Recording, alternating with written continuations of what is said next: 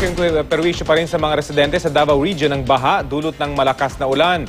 Posibleng abutin pa raw ng hanggang 3 araw bago tuloy ang humupang baha sa ibang lugar. Balitang hatid ni Mav Gonzalez.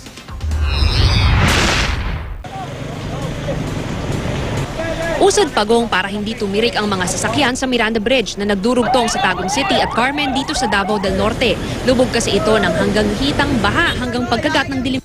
Marami pang kalye at tulay ang binaha dahil sa pag-apaw ng mga ilog ng Tuganay at Bihungan kasunod ng pag-ulang dala ng low pressure area sa taas ng tubig.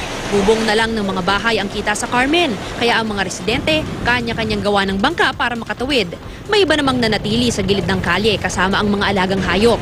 Habang ang mga taga-barangay Guadalupe lumikas sa isinarang tulay at nagtayo ng mga tent na ibinigay ng lokal na pamahalaan para sa daglian nilang paglikas.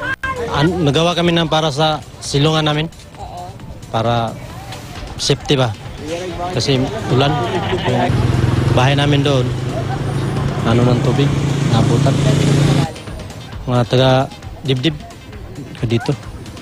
Kuya, ba't hindi ko na sa evacuation center na lang magstay? Hindi lang siguro. Ang problema, baka 2 hanggang 3 araw pa raw silang hindi makauwi dahil matatagalan pa raw bago humupa ang tubig. Carmen is below sea level eh.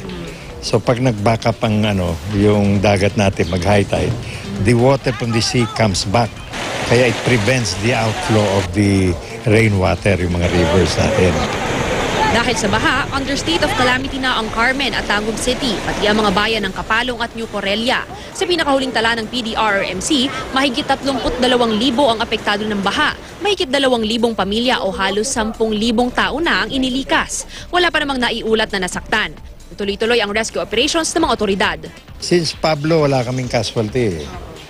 So itong nangyayari dito, flooding lang to. So medyo kayang-kaya ng aming Provincial Disaster Risk Reduction Management Office. Sir, last question. Nakatakda namang pumunta rito ang GMA Kapuso Foundation para mamahagi ng relief goods sa mga residente. Sa barangay Cambanogoy sa Asuncion, Davao del Norte, bahagya ng humupa ang abot baywang na baha. Pero dahil patuloy na maulan, may tubig pa rin sa ilang kalsada. Binahari ng ilang bahay at eskwelahan sa Katiil, Davao Oriental na isa sa mga napuruhan ng Bagyong Pablo noong 2012. Ilang residente ang namamangka para makatawid.